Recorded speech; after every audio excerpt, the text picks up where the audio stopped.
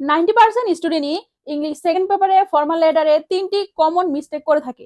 তুমিও কি তাহলে সেই 90% শিক্ষার্থীদের মধ্যে পড়ো? যদি হয় তাই, তাহলে আজকের ভিডিওটি তোমার জন্য। কারণ আজকে আমরা মাত্র 10 থেকে 15 মিনিটের একটা ভিডিওর মধ্যে শিখবো যে কিভাবে একটি অ্যাকুরেট ফর্মাল লেটার একদম সঠিক ওয়েতে লেখা যায়, যাতে করে পরীক্ষাতে আমি এখানে কি 8-এ 8 যে আমার মার্কটা রয়েছে আমি সেই মার্কটা নিশ্চিত করতে পারি।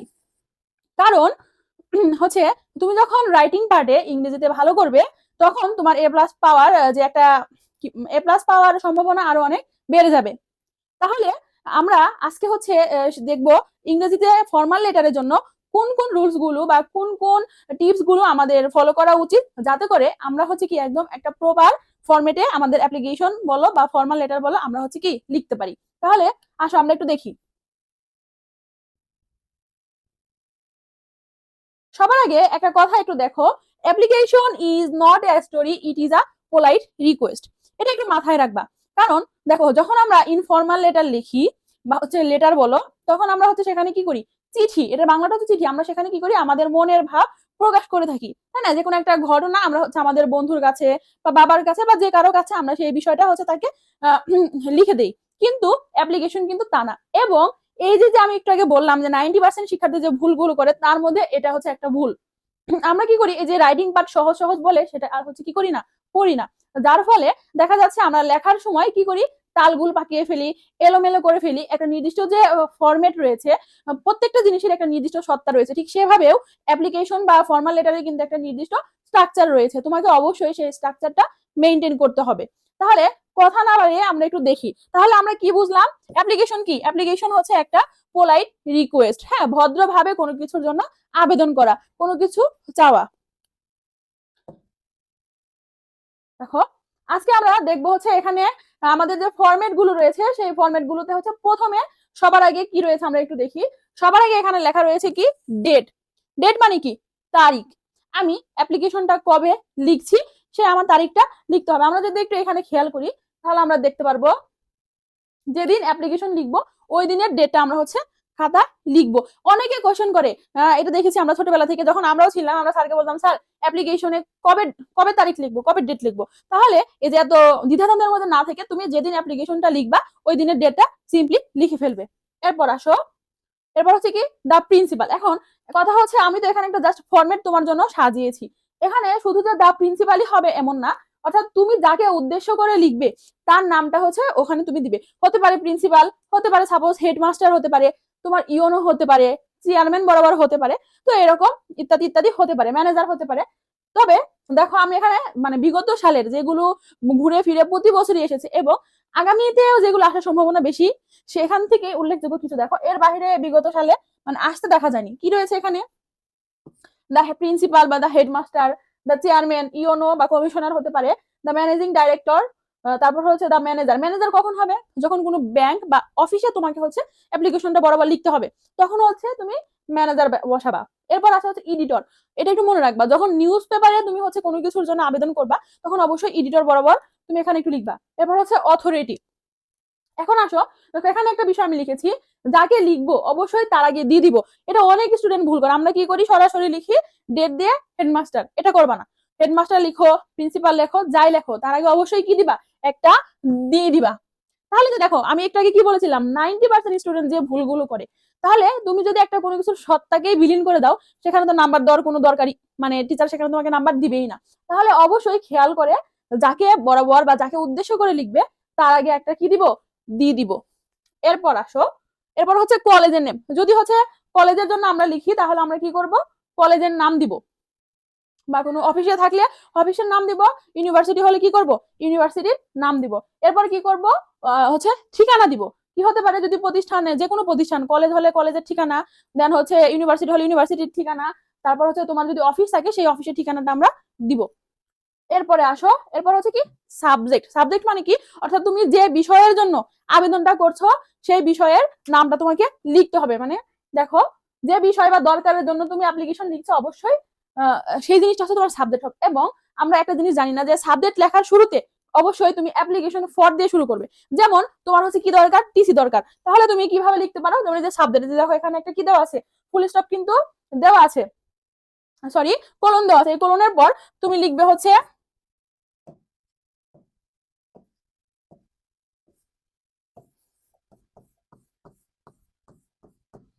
অ্যাপ্লিকেশন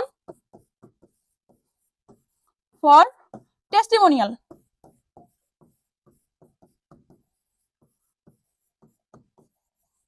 দেখো, তাহলে যে বিষয়ে তুমি অ্যাপ্লিকেশন লিখো না কেন, যে কোনো বিষয়ে সবার আগে প্রথমে হচ্ছে কি লিখবা, অ্যাপ্লিকেশন ফর, এটা একটু লিখবা। অ্যাপ্লিকেশন ফর লেখার পর দেন হচ্ছে তোমার দেখবা হচ্ছে কোশ্চেনের মধ্যে যে টপিকটা দেওয়া থাকবে সেই টপিকের নামটা তুমি তারপরে লিখে দিবা।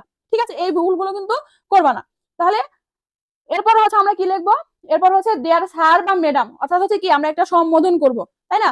বেশিরভাগ ক্ষেত্রে স্যার হয়, একটু কোশ্চেনটা খেয়াল করবা যদি উল্লেখ করা থাকে। হ্যাঁ, যদি তোমার হচ্ছে কি মানে হচ্ছে স্ত্রীলিঙ্গ বলতে পারো, যদি এটা তোমার হচ্ছে জেন্ডার উল্লেখ করা থাকে সেক্ষেত্রে একটু খেয়াল করবো। অনেক সময় ম্যাডাম বরাবর বা হেড মিস্ট্রেস বরাবর তোমার লিখতে বলা হতে পারে। এটা তো তুমি কলেজে পড়ো দেখে যে তোমার কলেজ বরাবর অ্যাপ্লিকেশন এমন না, দিতেই পারে, তাই না? যে কোশ্চেন করবে এটা টোটালি তার উপর ডিপেন্ড করে। তাহলে আসো, আবার এমন হতে পারে যেমন হচ্ছে কি ধরো একটা অ্যাপ্লিকেশন আসলো, তুমি হচ্ছে কি একটা অফিসে যে কোনো একটা কাজের জন্য করবা, সেখানে তোমার লেখা থাকলো হচ্ছে Mrs Salma is the manager বা ম্যানেজার অফ দিস কি অফিস, ওই কোম্পানির বা ওই অফিসের ম্যানেজার হচ্ছে কি মিসেস সালমা।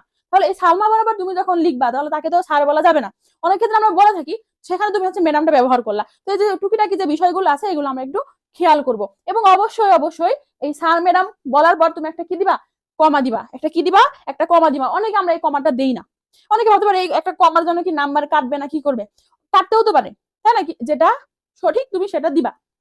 এরপরে আসো, এরপর হচ্ছে আমাদের বডি। দেখো, বডিতে আমরা হচ্ছে তিনটা পার্ট বা তিনটা প্যারাগ্রাফ বলতে পারো, তিনটা প্যারাগ্রাফের মাধ্যমে বা তিনটা পার্টের মাধ্যমে, তিনটা প্যারার মাধ্যমে আমরা আমাদের অ্যাপ্লিকেশনটা শেষ করব। তাহলে দেখো কি কি হতে পারে। ফার্স্ট পার্টে হচ্ছে আইডেন্টিটি অথবা কি রিজন, সেকেন্ড পার্টে কি হবে ডিটেইলস, থার্ড পার্টে কি হতে পারে হোপ বা পোলাইট ইন্ডিং। এখন আমরা একটু পার্ট টু পার্ট দেখি।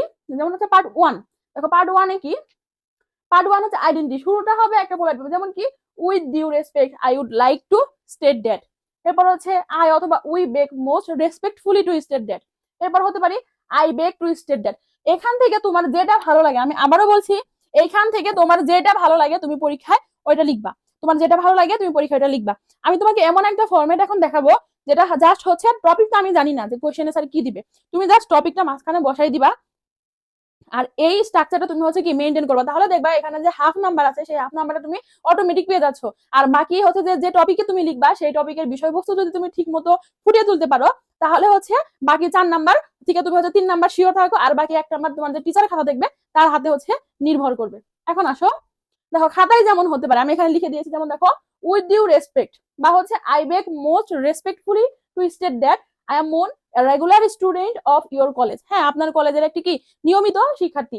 I am writing to request your permission. হ্যাঁ, এরপর হচ্ছে তুমি যে বিষয়ের জন্য লিখবা সেই বিষয়টা এখানে লিখে দিলা।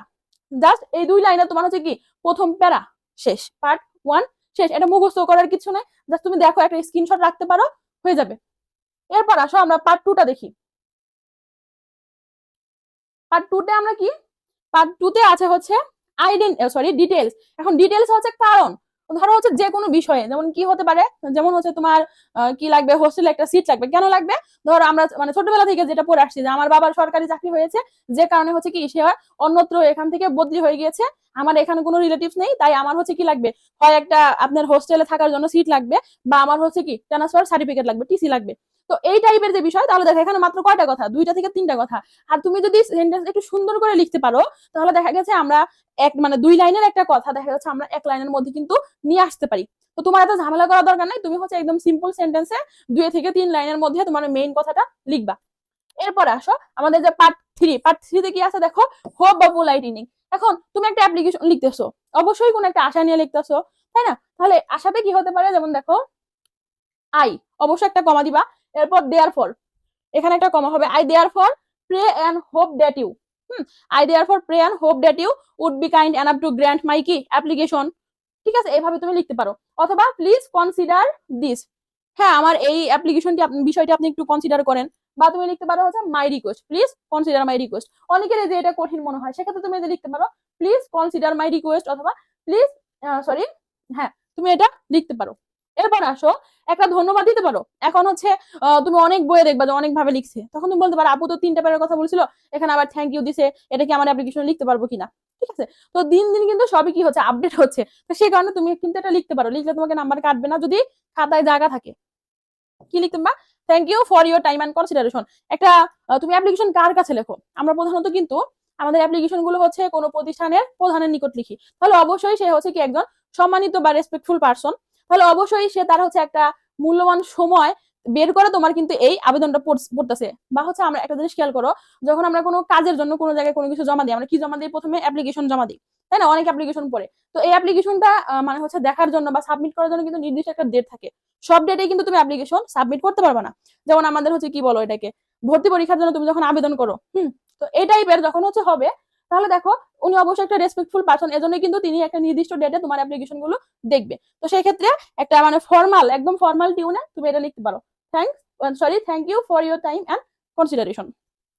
এরপর আসো আমাদের পরের ক্লোজিং পার্ট। ক্লোজিং পার্টে কি হতে পারে, একদম মুখস্থ, সারা মুখস্থ করবে। এখানে দেখো কি হতে পারে, ইয়োর্স ফেইথফুলি বা ইয়োর্স অবিডিয়েন্টলি, তোমার নাম, তোমার রোল নাম্বার অথবা যদি ক্লাস আইডি হয়ে থাকে সে আইডি নাম্বার লিখবে। আর যদি হচ্ছে তুমি কারো পক্ষে লিখে থাকো, যেমন হচ্ছে তোমরা মানে হচ্ছে কি পিকনিকে যেতে যাচ্ছ, ক্লাসের সবার হয়ে তুমি একা লিখলা, তাহলে সেক্ষেত্রে তুমি কি লিখবা, সরি, সেক্ষেত্রে তুমি হচ্ছে লিখবা অন দা বিহেভ অফ, ঠিক আছে, মানে সবার পক্ষে হয়ে তুমি লিখো, তুমি এটা লিখে দিবা। এরপর হচ্ছে তোমার সেশনটা তুমি লিখতে পারো, না লিখলেও হবে, তুমি যে জাস্ট এই পর্যন্ত লিখলেও চলবে, নাম্বার কাটবে না। এখন একটা গুরুত্বপূর্ণ জিনিস একটু খেয়াল করো, এই যে দেখো ইয়োর্স, আমরা কিন্তু মানে অনেকেই যে ভুলটা করে থাকি যে ইয়োর ফেথফুলি লিখি, হ্যাঁ এটা কিন্তু গ্রামাটিক্যালি ভুল। তো সেই ক্ষেত্রে তুমি এই জিনিসটা খেয়াল করবে, এখানে কি হবে, ইয়োর্স ফেথফুলি বা ইয়োর্স অবিডিয়েন্টলি, অবশ্যই ইয়োর্স, নট ইয়োর। এরপরে আসো, এই তোমার নাম, দেখো আমি এখানে সবকিছু লিখে দিয়েছি, তুমি একটু পড়ে নিবা। আরেকটা জিনিস একটু খেয়াল করবা, যদি এলাকার জন্য, যেমন কি ইওনো বরাবর, চেয়ারম্যান বরাবর তুমি যদি অ্যাপ্লিকেশন লেখো, সেক্ষেত্রে তোমার স্কুল কলেজের নাম লিখতে হবে না, সেক্ষেত্রে তুমি তোমার এলাকা বা রেসিডেন্টের নামটা লিখবা এবং তোমার কন্ট্যাক্ট নাম্বারটা সেখানে অ্যাড করে দিবে। এই দেখো এই ফরম্যাট। এরপর আসো নেক্সট পার্ট। তাহলে আমাদের হচ্ছে কি গেল, আমাদের একটা নির্দিষ্ট ফরম্যাট কিন্তু শেষ হয়ে গেল। তুমি জাস্ট এই ফরম্যাট গুলো যদি একটু গুছিয়ে পরীক্ষার খাতায় লিখতে পারো, তুমি কিন্তু অনেক ভালো একটা নাম্বার সহজেই কি করতে পারবা, অর্জন করতে পারবা বা তুলতে পারবা। এখন দেখো তোমাদের জন্য কিছু টেকনিকটা কি, পরীক্ষার হলে রিভিশন দেওয়ার টেকনিক, তার পরীক্ষার খাতাতে একটু রিভিশন দিতে হবে, তাই না। আমরা ওই যে একটু আগে যে ভুলগুলোর কথা বললাম, যে 90% স্টুডেন্ট যে ভুলগুলো করে, এখন পরীক্ষার সময় তো মাথার মধ্যে অনেক প্রেশার কাজ করে, সেক্ষেত্রে তো তুমি অনেক সময় যে কোনো কিছু মিস্টেক করতেই পারো, মানুষ মাত্রই ভুল। তো পরীক্ষা হলে তুমি কিভাবে শর্টকাটে তোমার খাতাটা একটু রিভিশন দিবা, মানে আমরা কিন্তু রিভিশন সব টপিক দিই না, হ্যাঁ কিছু কিছু টপিক আছে যেগুলোতে লিখলেই নাম্বার, সেই টপিকগুলো পরীক্ষার হলে তুমি জাস্ট 2-3 মিনিট একটু রিভিশন দিবা। তার মধ্যে কি অ্যাপ্লিকেশন একটা, যেমন কি কি ভুল, ডেজিগনেশন ঠিক আছে কিনা, ডেজিগনেশন মানে কি তুমি যার বরাবর লিখছো, হ্যাঁ তুমি প্রিন্সিপাল লিখছো ঠিক আছে, বাট তার আগে দা দাও নাই, তুমি ডেজিগনেশন ঠিক আছে, প্রিন্সিপাল ঠিক আছে, কিন্তু দা দানো মানে দি না দেওয়ার কারণে কেটে দিবে। ওকে, তাহলে এটা একটু চোখ বুলিয়ে নিবা। এরপর হচ্ছে টিউন, মানে টোনটা ঠিক আছে, মানে পোলাইট আছে কিনা। এরপর আসা হচ্ছে কি রিকোয়েস্ট ক্লিয়ার আছে কিনা। রিকোয়েস্ট ক্লিয়ার মানে কি, তুমি যে বিষয়ে লিখছো সেই বিষয়টা ঠিক আছে কিনা, মানে মূল বিষয়টা তুমি হুবহু তুলেছো কিনা, এটা একটু খেয়াল করবা। এখন দেখো তাহলে মেইন কি, হু মানে কাকে লিখছি, হোয়াই কেন লিখছি, মানে ওদের যে 2-3 লাইনটা মেইন থিং, এবং কি রিকোয়েস্ট লাস্টের এন্ডিং লাইনটা। ওকে, এরপর আসে তাহলে তোমার নাম্বারও কি হয়ে যাবে, নাম্বারও কিন্তু ক্লিয়ার হয়ে যাবে, সারা তোমার নাম্বার কাটার সেরকম কোনো স্কোপ পাবে না। এখন আসো আমরা আরেকটু স্মার্টলি আরেকটু দেখি, তার মধ্যে কি হতে পারে যে অ্যাপ্লিকেশনে কমন মিস্টেক। হ্যাঁ কোনোদিন শুনছো যে অ্যাপ্লিকেশনে যে এরকম কমন মিস্টেক হতে পারে, আমার মনে হয় না যে আগে তোমরা কোনো ভিডিওতে এই টাইপ দেখছো। তো আজকে তোমরা একটু এটা খেয়াল করো, দেখো এখানে আছে হচ্ছে যে ভুলগুলো আমরা করব না, কি করব না, স্যার হাউ আর ইউ, এটা আমরা লিখবো না, কারণ আমরা তো কি হচ্ছে মুখস্থ করি অনেকে, রাইটিং পার্ট আমরা যা করি পরীক্ষার আগে হচ্ছে মুখস্থ করি, সারা বছর পড়ি না সহজ বলে, তখন দেখা গেছে যে আমরা বলি একটা টপিক পড়লেই সব হয়ে যায়, এটাই আছে না, হতে পারে। তখন হচ্ছে তুমি কি করবা, কি করে থাকি আমরা ওই যে লেটার পড়ছি সেই অনুযায়ী আমরা মানে অ্যাপ্লিকেশনও লিখি স্যার হাউ আর ইউ, হ্যাঁ এই টাইপ কিন্তু করা যাবে না। তারপরে দেখো আই এম ভেরি পুর, যেমন হচ্ছে তোমার কি লাগবে, তোমার হচ্ছে অনেক টাকা জমে গেছে, জরিমানা মওকুফের জন্য আবেদন, হ্যাঁ সেক্ষেত্রে তুমি কি করতে পারো, স্যার আমি অনেক গরিব, আমি অনেক নিডি, মানে এই টাইপের কথা বলবা না। ওকে, এরপর আসো প্লিজ হেল্প মি কাইন্ডলি, এটাও বলবা না, ঠিক আছে, প্লিজ হেল্প মি কাইন্ডলি, এর বদলে আমরা কি লিখবো, যে লাস্টে I therefore pray and hope that you, হ্যাঁ এটা আমরা লিখবো। এরপরে দেখো you are a kind person, এগুলা লেখা যাবে না, মানে হচ্ছে পার্সোনাল কোনো ইমোশন তুমি সেখানে ক্রিয়েট করবা না, ঠিক আছে, এগুলো সব বাদ। তাহলে এট এ গ্ল্যান্স তুমি যদি জাস্ট এইটুকু একটু দেখো, তোমার কিন্তু প্রায় 50% কিন্তু এমনি কভার হয়ে যাচ্ছে এই জিনিসগুলো বাদ দিলে। এরপর তাহলে এগুলো তো বাদ দিব, তাহলে বাদ দিলে আমি কি করব? দেখো আমি কি করব, সিম্পল সেন্টেন্সে লিখবো, সহজ ভাষায় লিখবো, পোলাইট টিউন মানে টোনে লিখবো বা টিউন যাই বলো, মানে ভদ্র ভাষায় লিখবো। অ্যাপ্লিকেশন মানেই ভদ্র ভাষা। ওকে, এরপর আসো কারেক্ট ডেজিগনেশন। শেষ। কতটুকু লিখবো? অবশ্যই বড় করবো না।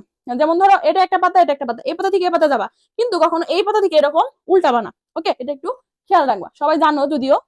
তাহলে এটাই ছিল হচ্ছে মোটামুটি আমাদের আজকের ফর্মাল লেটার, হ্যাঁ, অ্যাপ্লিকেশনের একটা মেইন ফরম্যাট। তুমি যদি জাস্ট এই ফরম্যাট গুলো মেনটেন করতে পারো, ইনশাল্লাহ তুমি তোমার ফর্মাল লেটারে 8-8 নাম্বার সহজেই তুলতে পারবে। এখন তোমার যদি মনে হয় আমি তো মানে হচ্ছে ফরম্যাট গুলো শিখে গেলাম, এখন আমি পরীক্ষার আগে কি কি পড়বো, আমার একটা সাজেশন হলে ভালো হতো। তাহলে তোমার যদি সাজেশনের দরকার হয়, অবশ্যই তুমি আমাদের পরবর্তী ভিডিওটি দেখবে এবং আমাদের সাথেই থাকবে। ধন্যবাদ সবাইকে।